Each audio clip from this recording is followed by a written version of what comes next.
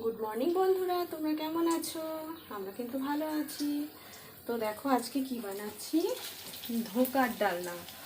তো আমি কোনোদিনও ধোকার ডালনা করিনি, তো আজকে ফার্স্ট করছি। আমার শাশুড়ি মার কাছে আমি খেয়েছি অনেকবার, আর আমার মাও সেদিন করেছে, এর আগেও করেছে, তো খেয়েছি। আমি নিজে কখনো করিনি, তো আজকে চেষ্টা করছি, জানি না কতটা কি হবে।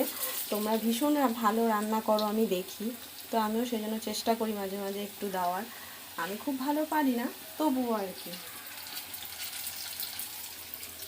তো তোমরা বলো কেমন হয়েছে আমার রান্নাটা বা কিছু, আর ভালো লাগলে কমেন্ট করো, তাহলে আমার খুব ভালো লাগবে এই আর কি।